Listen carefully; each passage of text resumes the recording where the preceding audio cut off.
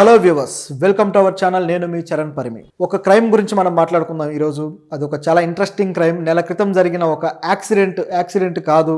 ఆ యాక్సిడెంట్లో చనిపోయిన వాళ్ళు యాక్సిడెంట్కి గురై చనిపోలేదు, వాళ్ళు హత్య చేయబడ్డారు అని చెప్పేసి తాజాగా పోలీసులు తేల్చారనమాట. పోలీసులు ఇన్వెస్టిగేషన్లో ఎంత షార్ప్గా వ్యవహరించారు, ఒక సినిమా లెవెల్లో ట్విస్టులు ఎలా బయటకు వచ్చాయి అనేది మనం ఈ ఇన్వెస్టిగేషన్లో చూద్దాం.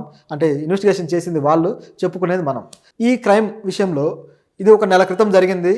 ఈ ప్రవీణ్ అనే ఒక వ్యక్తి ఉన్నాడు. సో ఈయన డాక్టర్ అనమాట, ఖమ్మం జిల్లాకు చెందిన డాక్టర్. సో ఈయన ఒక ఊర్లో ఆయన ఒక హాస్పిటల్లో ఆయన వర్క్ చేస్తూ ఉంటాడు. ఆయన భార్య కుమారి, అలాగే వాళ్ళకి 2 పిల్లలు. సో ఈ పిల్లలతోటి ఆయన భార్యాభర్తలు చాలా అన్యోన్యంగా ఉంటారు. అన్ని విషయాల్లో సపోర్ట్ ఉంటుంది వాళ్ళు భార్యకి కానీ భర్తకి కానీ. చాలా అన్యోన్యమైన దాంపత్యం అనమాట. ఇద్దరు కూడా ఆడపిల్లలు, చాలా చిన్న పిల్లలు, ఒక 3 ఏళ్ళు 4 ఏళ్ళు ఉంటాయి అంతే.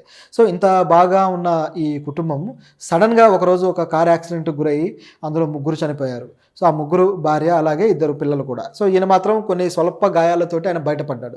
సో బయటపడిన తర్వాత హాస్పిటల్లో ఉన్నాడు. పోస్ట్ ట్రోమా ఉంటుంది కదా, ఆఫ్టర్ యాక్సిడెంట్. సో దాని నుంచి బయటపడడానికి కొంత టైం పట్టింది. సో ఈ టైం గ్యాప్లో పోలీసులు ఇప్పుడు ఆ కేసును ఇన్వెస్టిగేట్ చేయడం మొదలుపెట్టారు. అయితే పోలీసులు ఇన్వెస్టిగేట్ చేయాలంటే ముందు అది యాక్సిడెంట్ కాదన్న డౌట్ రావాలి కదా. వాళ్ళకు డౌట్ వస్తే తప్ప అసలు ఇదేంటనేది తేల్చరు కదా. సో ఎప్పుడైతే ఈ యాక్సిడెంట్ జరిగిందో ఆ తర్వాత చూస్తే ఆయన వైఫ్ కుమారి కానీ, అలాగే పిల్లలు కానీ, వీళ్ళ బాడీస్ మీద ఎటువంటి దెబ్బ కానీ చిన్న క్రాక్ కానీ లేదు. సో ఏమీ లేకుండా వాళ్ళకి ఎలా చచ్చిపోతారు? అంత పెద్ద కార్ యాక్సిడెంట్, ఒక కారు చెట్టును ఢీకొంది. సో ఢీకొన్నప్పుడు డ్యామేజ్ అవుతుంది కదా. సో చనిపోవాలంటే వాళ్ళకి ఆ బ్లడ్ స్ప్లిట్ అవ్వడమా, లేదా తల దెబ్బ తగలడమా, ఏదో ఒక గట్టి దెబ్బ తగిలితేనే వాళ్ళు చనిపోయే అవకాశం ఉంది కదా, పిల్లలైనా సరే. సో ఎలా చనిపోయింది, ఎలా జరిగింది ఇది అని చెప్పేసి ఆ అమ్మాయి పేరెంట్స్కి డౌట్ వచ్చింది. డౌట్ రావడంతో ఇక వాళ్ళు పోలీస్ కంప్లైంట్ ఇవ్వడం జరిగింది. సో మా అల్లుడి మీదే మాకు డౌట్గా ఉంది అన్నారనమాట. ఇది ఇక్కడ ఇంకో ట్విస్ట్. మరి వాళ్ళిద్దరి మధ్య గొడవలు ఏమన్నా ఉన్నాయా, ఇవన్నీ వాళ్ళు బయటకు చెప్పలేదు. కానీ మా అల్లుడి మీదే డౌట్గా ఉంది అని వాళ్ళు అనేసరికి పోలీసులు కూడా ఇక ఇన్వెస్టిగేషన్ చేయాలి అని చెప్పి డిసైడ్ అయ్యారు. ఇన్వెస్టిగేషన్ మొదలైంది. మొదలైన తర్వాత ఈ పోలీస్ ఆఫీసర్ ఏం చేశారంటే మొత్తం ఆ కారు యాక్సిడెంట్ అయిన లొకేషన్కి వెళ్ళారు. మొత్తం అక్కడ ఇన్వెస్టిగేట్ చేశారు, చూశారు. మొత్తం ప్రతి విషయాన్ని కూడా ఛేదించడానికి ప్రయత్నించారు. అక్కడ ఒక క్లూ కూడా, కనీసం ఒక ఫోరెన్సిక్ సంబంధించిన ఒక క్లూ కూడా దొరకలేదు.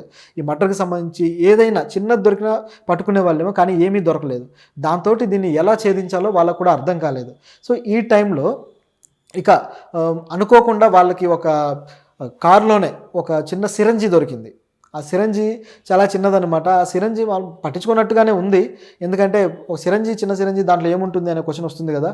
కానీ పోలీసులు ఆ సిరంజిని తీసుకొని వెళ్ళి దాన్ని ఫోరెన్సిక్ ఇచ్చారనమాట. సో ఫోరెన్సిక్ రిపోర్ట్లో అది తేలింది ఏంటంటే ఆ సిరంజిలో అనస్థీషియా ఉంది అని. అనస్థీషియా దేనికి వాడతారు? ఏదైనా ఆపరేషన్ చేయాలి అన్నప్పుడు డాక్టర్స్ అనస్థీషియా ఇస్తారు. సో ఆ వ్యక్తి స్పృహ కోల్పోవడము, తర్వాత ఆపరేషన్ తర్వాత తేరుకోవడం జరుగుతుంది.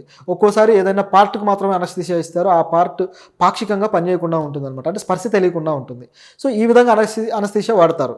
అయితే ఈ అనస్థీషియా అనేది వాళ్ళకి ఏమైనా ఇచ్చారా అనే డౌట్ తోటి పోలీసులు పోస్ట్మార్టం చేసిన తర్వాత తేలింది ఏంటంటే ఈ అనస్థీషియాని అధిక డోసులో ఆ భార్యకి పిల్లలకి ఈయన ఇచ్చాడు అని చెప్పేసి. ఒక్కసారిగా పోలీసులు షాక్ అయిపోయారు. ఎందుకంటే వాళ్ళిద్దరి మధ్య ఏ గొడవలు లేదు, ఏ గందరగోళం లేదు, ఇద్దరు ఎంతో అన్యోన్యంగా ఉన్నారు. సో ఇంత అన్యోన్యంగా ఉన్న భార్యాభర్తలు ఎందుకు, ఏ విషయంలో వీళ్ళకి తేడా వచ్చి ఆయన వాళ్ళని చంపాడు అనే డౌట్ వచ్చింది. అయితే ఈయనే చేశాడా అనే క్వశ్చన్ కూడా ఉంది. సో దానికి కూడా సమాధానం వస్తుంది. లేక ఆమె తీసుకున్నారా అనే క్వశ్చన్ కూడా ఉందన్నమాట. సో ఈ 2 క్వశ్చన్లకి సమాధానం ఏంటంటే పోలీసులు ఇన్వెస్టిగేట్ చేశారు. ఇప్పుడు ఒకవేళ తల్లి తనకు తానే చేసుకుంటే పిల్లల్ని చంపుకొని మరి చస్తుందా అనేది మరో ప్రశ్న.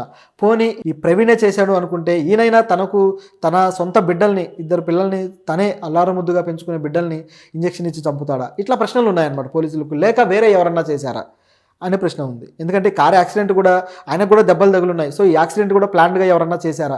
ఈ క్వశ్చన్స్ అన్నీ ఉన్నాయి. ఈ క్వశ్చన్స్కి సమాధానం వెతికే క్రమంలో పోలీసులు మొదటగా చేసింది ఏంటంటే ఆయన సెర్చ్, ఏదైతే గూగుల్ సెర్చ్ ఉంటుందో ఆ సెర్చ్ హిస్టరీ మొత్తాన్ని చూశారనమాట. చూస్తే వాళ్ళకు సమాధానం దొరికింది. ఏంటంటే అనస్థీషియా ఎంత డోసులో ఇస్తే మనుషులు చనిపోతారు, అనస్థీషియా కెపాసిటీ ఏంటి అని చెప్పేసి గూగుల్లో బాగా సెర్చ్ చేసినట్టుగా తెలిసింది. క్లారిటీ వచ్చేసింది పోలీసులకి. ఎందుకంటే అనస్థీషియా ఇంజెక్షన్, ఆయన డాక్టర్, సో ఇంజెక్షన్ ఇవ్వగలిగే కెపాసిటీ ఉన్నాడు. రెండోది అనస్థీషియా అంటే చాలా కీన్ పాయింట్స్ మీదనే ఇవ్వాలి. సో అలాంటి పాయింట్స్ కూడా తెలిసిన వ్యక్తి. సో ఈయనే ఇచ్చుంటాడు అనేది ఒక క్లారిఫికేషన్. అయితే ఆయన సెర్చ్ హిస్టరీలో మొత్తం కూడా ఆ అనస్థీషియా సంబంధించి ఆయన పరిశోధించింది అదంతా కూడా ఉంది. సో దీన్ని బట్టి ఈయనే సెర్చ్ చేశాడు. సో ఈయనే చేశాడు, ఆమె భర్తే చేశాడు అనేది కొంత క్లారిఫికేషన్ అయిందనమాట. సో ఇది అయిన తర్వాత పిల్లల్ని ఎందుకు చంపుకున్నాడు, ఇది మొదటి ప్రశ్న. సో, దీని వెనకాల స్టోరీ ఏంటని తవ్వి చూస్తే వాళ్ళకి తెలిసింది ఏంటంటే పోలీస్ ఆఫీసర్స్‌కి ఈయనకి ఆల్రెడీ తన హాస్పిటల్‌లో వేరే ఒక మహిళతోటి ఎఫ్ఐఆర్ ఉంది. సో, ఆ ఎఫ్ఐఆర్ వల్ల వాళ్ళిద్దరూ కొంతకాలంగా వాళ్ళిద్దరి ఎఫ్ఐఆర్ నడుస్తూ ఉంది. ఈ విషయంలో భార్యతోటి ఏదో గొడవ జరిగింది. సో, ఆ గొడవ నుంచి కూడా వాళ్ళిద్దరు కొంత ఎడమొహం పెడమొహంగా ఉన్నారు అనేది వాళ్ళు తేల్చిన విషయం అనమాట. అయితే సరే ఆమెను కాస్త కూల్ చేయడం కోసం వాళ్ళ ఊరికి తీసుకెళ్దామనో ఏదో ఆలోచించి మొత్తానికి ఆమెను కారులో తీసుకొని వెళ్ళాలి అనుకున్నాడు. సో, అలా వెళ్ళే క్రమంలో అది కూల్ చేయడానికి తీసుకెళ్ళింది కాదు, ఏకంగా కప్పెట్టడానికి తీసుకెళ్ళింది అని చెప్పి మనకి ఇప్పుడు క్లారిటీ వచ్చేసింది ఆమెను మర్డర్ చేయడంతోటి. సో, ఇట్లా ఒక భార్యని కేవలం ఒక ఎఫ్ఐఆర్ పెట్టుకొని ఒక భార్యని అంతం చేశాడు. అలాగే ముక్కుపచ్చలారని తన ఇద్దరు పిల్లల్ని అంతం చేశాడు అంటే ఇది షాకింగ్‌గా ఉంది పోలీసులకి. వీళ్ళు షాక్ అయ్యే విషయం ఏంటంటే ఎఫ్ఐఆర్ ఓకే, ఇది బాగానే ఉంది. మరి ఆ పిల్లల్ని చంపడానికి కారణం ఏంటి? ఒకవేళ ఆ మహిళతోటి ఆయన కలిసి సహజీవనం చేయడానికా లేదా పెళ్లి చేసుకోవడానికా ఆయన దానికి అడ్డొచ్చారని పిల్లల్ని చంపాడా అనేది మొదటి ప్రశ్న. సో, ఇంతకంటే పెద్ద సమాధానం ఏమి ఉండదనుకోండి దీంట్లో. ఎందుకంటే ఎఫ్ఐఆర్‌లో చివరికి జరిగేది ఏంటంటే వాళ్ళిద్దరు కలిసి ఉండటం కోసం వీళ్ళని చంపడమా, లేదా ఈ ఎఫ్ఐఆర్‌లో ఉన్న వ్యక్తులు వాళ్ళు ఎలాగో అదొక ఇల్లీగల్ రిలేషన్ లాంటిది అని వాళ్ళు, సో, ఈ ఎఫ్ఐఆర్ పెట్టుకున్న వ్యక్తులు వాళ్ళ రిలేషన్ ఏదైతే ఉందో దానికి అడ్డం వచ్చే వ్యక్తుల్ని చంపేయాలనుకున్నారా అనేది ఇప్పుడు ఉన్న ప్రశ్న అనమాట. సో, ఆ స్త్రీ ఎవరు, ఆ మహిళ ఆయనతోటి ఎఫ్ఐఆర్‌లో ఉన్న ఆమె అని పోలీసులు ఇప్పుడు ఆమెను కూడా అదుపులోకి తీసుకునే ప్రయత్నంలో ఉన్నారు. కేసు అయితే చాలా అద్భుతంగా డీల్ చేశారని చెప్పాలి. కేవలం ఒక చిన్న సిరంజి తోటి మొత్తం విషయాన్ని రాబట్టారు.